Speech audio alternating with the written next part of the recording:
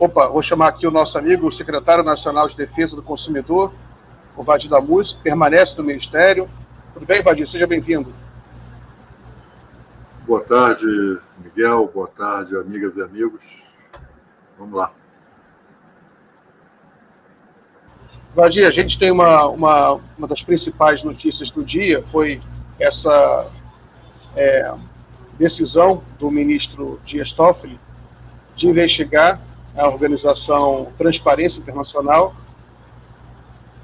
Ela é uma decisão que se dá depois da Transparência ter feito inúmeras provocações. Ela tem passado os últimos dias atacando o STF, atacando o próprio ministro Dias Toffoli. Ela divulgou um relatório também em que um relatório que diz que o Brasil perdeu posições num ranking de corrupção, um relatório que foi muito criticado, muito confuso, porque mistura o governo Bolsonaro com o governo Lula, enfim. Eu queria saber inicialmente qual é a sua opinião sobre essa decisão do Dias Toffoli, o que você pensa do papel da Transparência Internacional hoje no Brasil? Olha, Miguel, a decisão do ministro Toffoli é absolutamente correta, né? É bom lembrar que Sérgio Moro e os procuradores da Lava Jato foram considerados suspeitos, né, por conta da sua atuação. Ficou demonstrado ali que havia um conluio, né, entre juiz e acusação, e isso gera consequências, né? Todo mundo que foi julgado pelo Sérgio Moro, empresas, pessoas físicas, sejam elas culpadas ou não de fato, mas agora arguem a suspeição desse juiz, né? Na verdade, a Lava Jato, ela instaurou, não foi o combate à corrupção, instaurou anarquia no sistema de justiça brasileiro. E, consultando aí os diálogos da Operação Spoofing, se vê que essa Transparência Internacional ela tinha uma atuação mancomunada com a Lava Jato. Tanto é assim que o fundo bilionário lá que o Dallagnol tentou inventar e que foi, em boa hora, impedido de fazê-lo pelo Supremo Tribunal Federal, esse fundo seria gerido por essa ONG, né?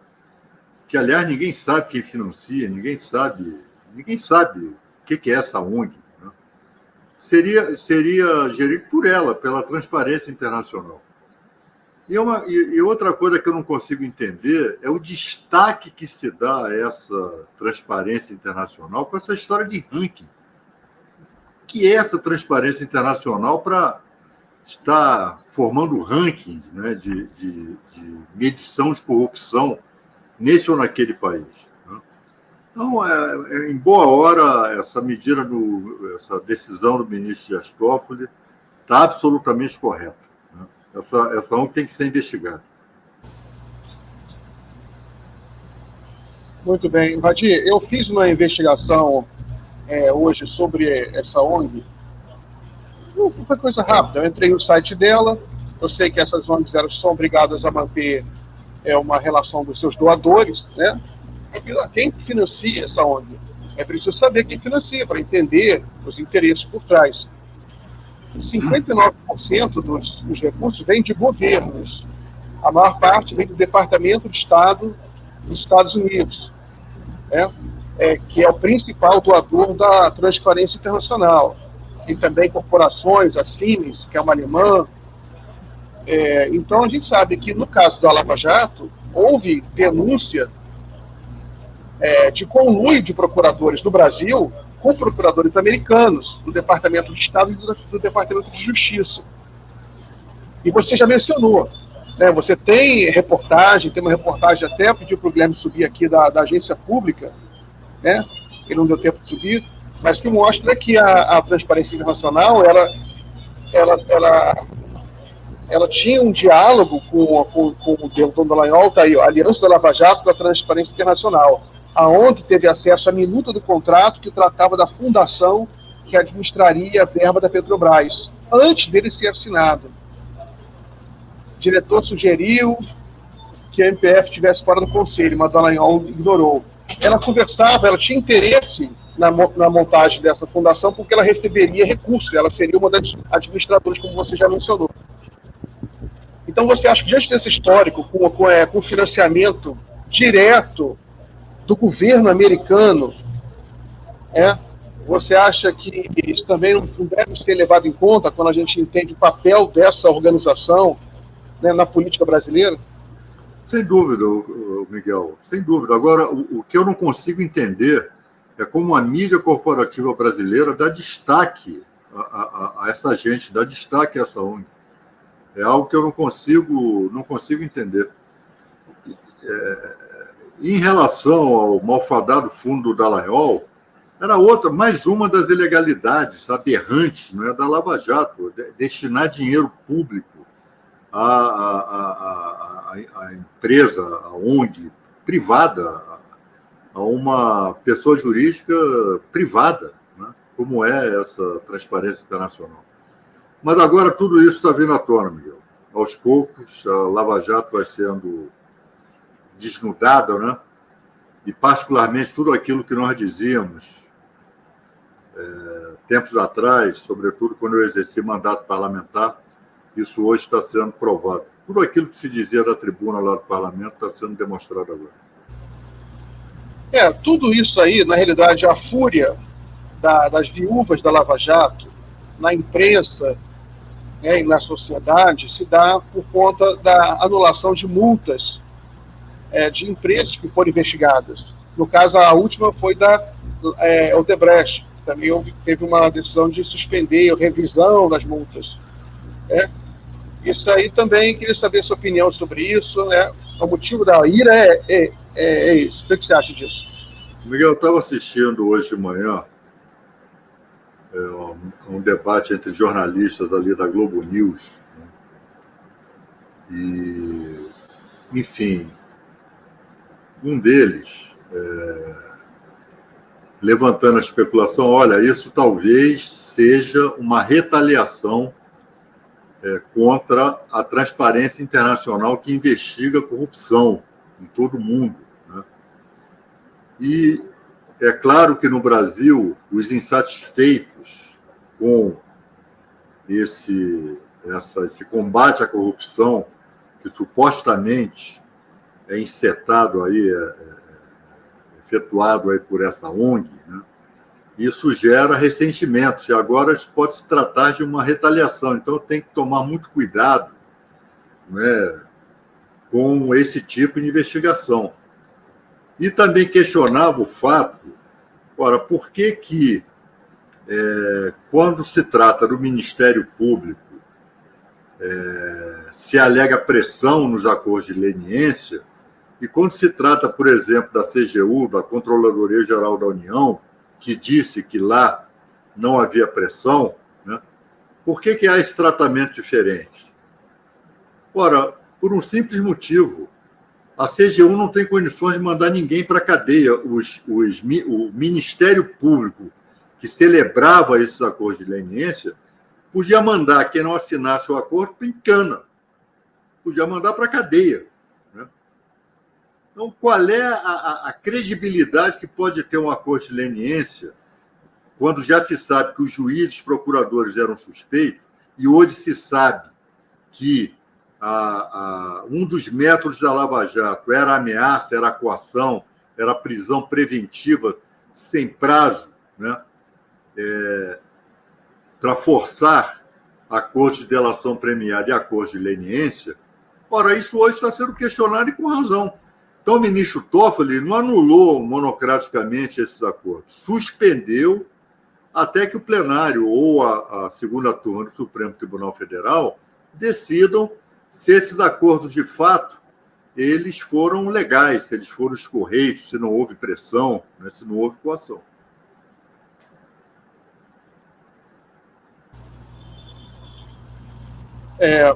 Vadia, a Transparência Internacional chamou muita atenção nos últimos dias, porque ela usou as suas redes sociais para fazer política de forma muito intensa. Eu vou até estou tentando colocar aqui na tela, estou tendo alguma dificuldade, mas no Twitter, que agora se chama X, da Transparência Brasil, se você entrar, se os internautas entrarem no X, as postagens são todas com ataques ao STF, ataques a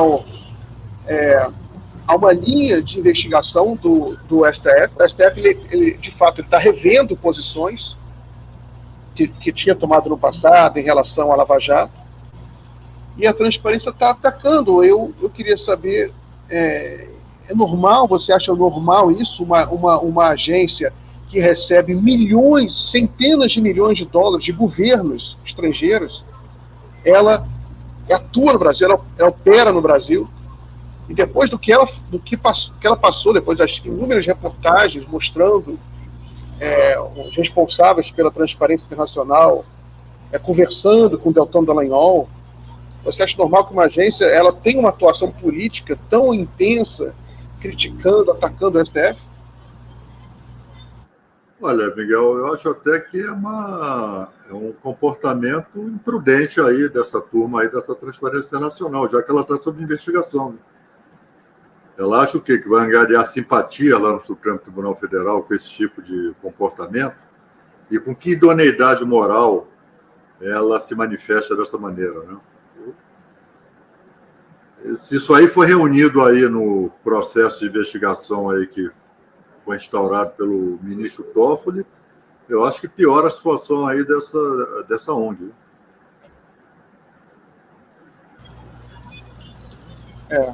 Uma situação estranha. Vadir, vamos mudar um pouquinho de assunto. Queria saber, teve esse encontro do Lula para receber a Marta Suplicy, que agora voltou ao PT para ser vice do Boulos. O que você achou dessa volta da Marta ao PT?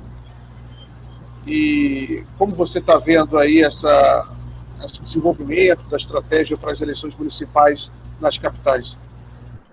Olha, Miguel, a estratégia lá em São Paulo é ganhar a eleição e encorpar a candidatura do Boulos.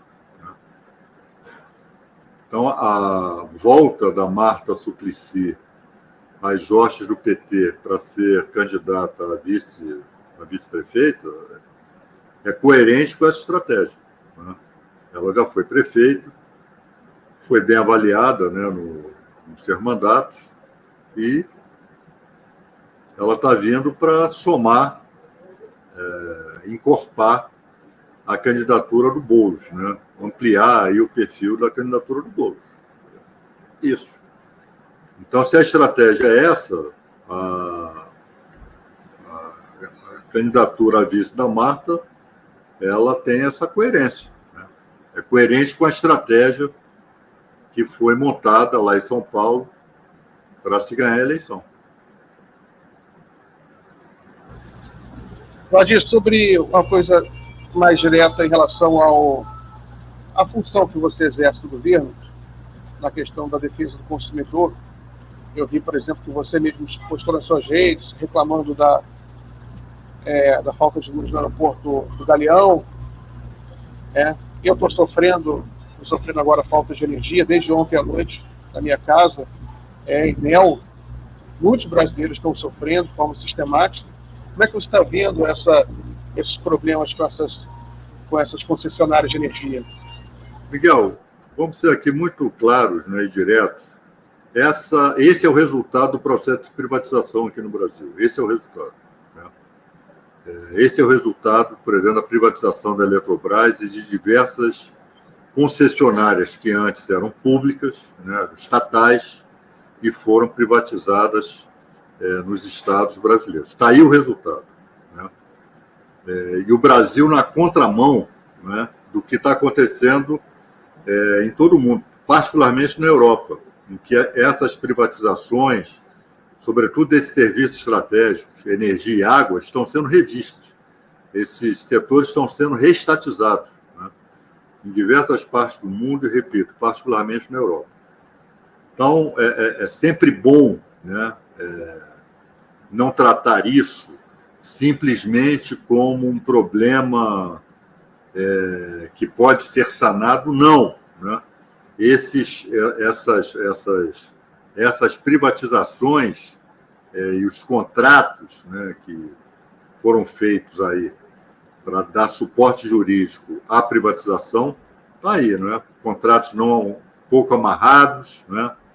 Essas empresas, elas simplesmente estão demonstrando que não têm condições de continuar, né, à frente dessas concessões, a não ser que dê uma guinada em termos de eficiência, de rever o que fizeram ao longo dos anos, que só pensaram em lucros, só pensaram em ganhar dinheiro com a concessão.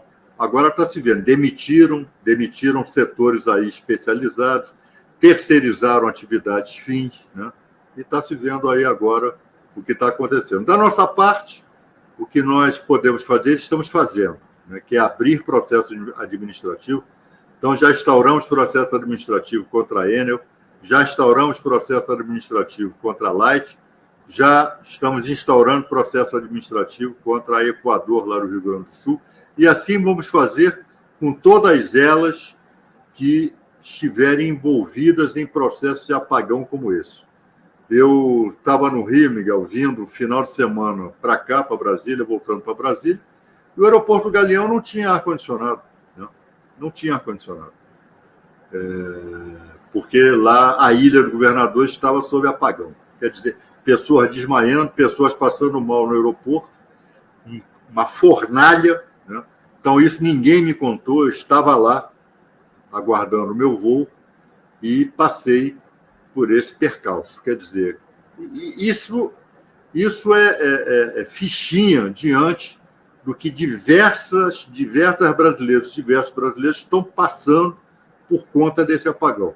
E, aliás, há pouco tempo atrás, Miguel, aqui no Ministério, eu estava com o ministro Lewandowski, que determinou aqui a minha secretaria que fizesse um aditamento ao processo administrativo por conta de novos apagões da Enel lá em São Paulo. Né? Então, essa é a situação. Muito bem. Queria perguntar, você permanece como secretário nacional de defesa depois da mudança do ministro? Eu queria saber haverá algum, como é que você vê a nova gestão do Lewandowski? O que você pode falar para a gente? Que alguma coisa que ele já adiantou para o secretariado, alguma nova linha política? O que você pode dizer para a gente? Não, eu permaneço normalmente. O ministro Lewandowski, oportunamente, vai se reunir com as secretarias, enfim. Nós vamos continuar o nosso trabalho aqui. Né? É claro que o novo ministro, ele tem um perfil diferente do Flávio Dino. Né? O Flávio era um quadro não só jurídico, mas era um quadro eminentemente da política. Né? E tinha um temperamento, um perfil diferente do ministro. O ministro Lewandowski é mais contido, é mais discreto, enfim. Mas as linhas das secretarias, inclusive da minha, isso vai ser mantido.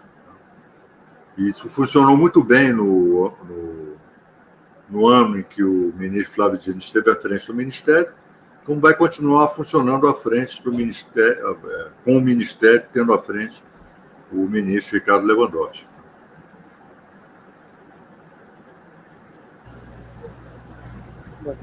Mas de hoje também foi notícia, está sendo notícia há alguns dias, a questão da participação do parlamento na gestão dos recursos públicos no Brasil.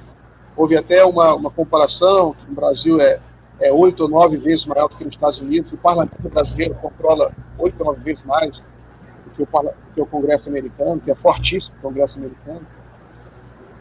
E hoje também teve um discurso do Lira reagindo já a isso, porque se levantou uma crítica, né, porque isso realmente pode ser um problema. Coloque o videozinho do Lira, por favor. Grosseiramente, qualquer um que aposte numa suposta inércia desta Câmara dos Deputados neste ano de 2024.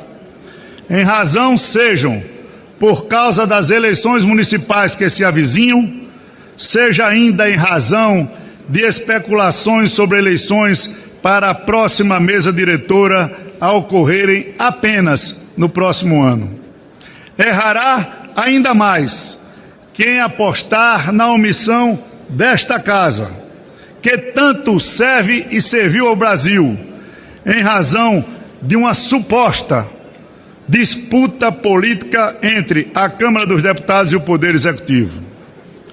Para esses que não acompanharam nosso ritmo de entregas e realizações, deixo aqui humildemente um importante recado: não subestimem esta mesa diretora, não subestimem os membros do Parlamento e dessa legislatura.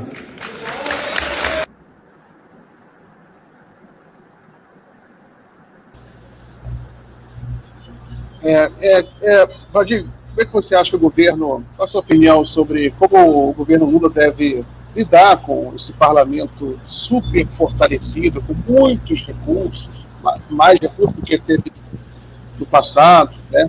Ele controla hoje, tem até um gráfico aqui que pediu para o Guilherme subir, a imprensa está divulgando, né? Controla hoje cerca de 20% dos gastos públicos. Em comparação a 10 anos atrás, 2014, controlava menos de 5%. Agora ele vem aumentando depois do impeachment, sobretudo, em uma escala. Como é que você acha que o governo Lula deve lidar? E como é que você acha que ele está lidando? Como você acha que o Lula está lidando com o parlamento? Isso é uma distorção, né? Isso é uma completa distorção. Isso engessa o governo, né? E permite que o presidente da Câmara, na reabertura dos trabalhos do Congresso, venha fazer ameaças e fazer bravata. Isso é uma distorção. Isso é uma das espinhas atravessadas na garganta da democracia brasileira, né? Inclusive com o presidente da Câmara se permitindo dar palpite no ministério, né? Entender que o ministro das Relações Institucionais deve ser demitido, né? Enfim, né? O presidente lida na medida do possível que ele pode lidar, né? Ele precisa do Congresso, né? Esse presidencialismo de coalizão resulta disso, né? Então o presidente vai se equilibrando, né? Não vai ceder à chantagem, né, de demitir o ministro Padilha, né? E, enfim, vai se equilibrando. Agora, é uma distorção. No regime presidencialista, o Congresso Nacional ter essa força orçamentária que nenhum outro parlamento do mundo tem, né? Isso, de uma certa maneira, remonta também à Constituição de 88, porque toda a Constituição de virada de um regime autoritário, ditatorial para a democracia, o poder executivo é estigmatizado como aquele que exerceu a ditadura e os demais poderes são aqueles que agora têm que receber a lufada, né, de ventos democráticos. E muitas vezes se perde a mão nesse sentido, como se perdeu a mão em relação ao Congresso Nacional. Valdir, aqui a última pergunta, antes de terminar aqui o nosso bloco. Vou receber aqui outro convidado às 6 horas. Uma opinião sobre o que está acontecendo na Palestina, na faixa de Gaza, sobretudo, né, que tem deixado todo o mundo inteiro muito perplexo. Um verdadeiro massacre. E agora teve esse caso, essa agência humanitária, que os Estados Unidos cortou o financiamento. Há toda uma perplexidade quanto a isso também. Qual a sua opinião sobre isso, Valdir? Onde é que a gente vai parar? Olha, Miguel, eu complementaria aí perplexo e passivo, né? Perplexo e passivo, porque é inaceitável o que está acontecendo na faixa de Gaza. Isso é genocídio, né? Isso é uma política de Israel de extermínio, é uma programação de Israel, né, de tomada de território. Isso foi anunciado logo depois da ação do Hamas lá em Israel. Os dirigentes israelenses deixaram claro, né, é tomada de território mesmo, é limpeza étnica, né, e é genocídio, né, é uma política genocida, né, de Israel, sob os olhares perplexos e passivos de todo mundo, né. A ONU mostra mais uma vez, para o caso, a sua impotência, né, e Israel faz o que bem entende, sob os auspícios aí dos Estados Unidos, né. Israel faz o que faz por conta do apoio solidário dos Estados Unidos, né, a sua política de extermínio. E isso desde 1948, isso não é de agora, não. Esse tema, Palestina, faixa de Gaza, né, Cisjordânia, isso é desde sempre, isso é desde 1948. Né. Então é aterrador o que está acontecendo na faixa de Gaza e com o mundo basicamente de braços cruzados. É óbvio que há manifestações populares em diversas partes do mundo, mas eu me refiro àqueles que têm poder de decidir, né? E, na verdade, acabam chancelando o que Israel está fazendo na faixa de Gaza. Maravilha. Vadir, muito obrigado, então, pela sua participação. Boa semana para você. Forte abraço. Um abraço aí a todos e todas.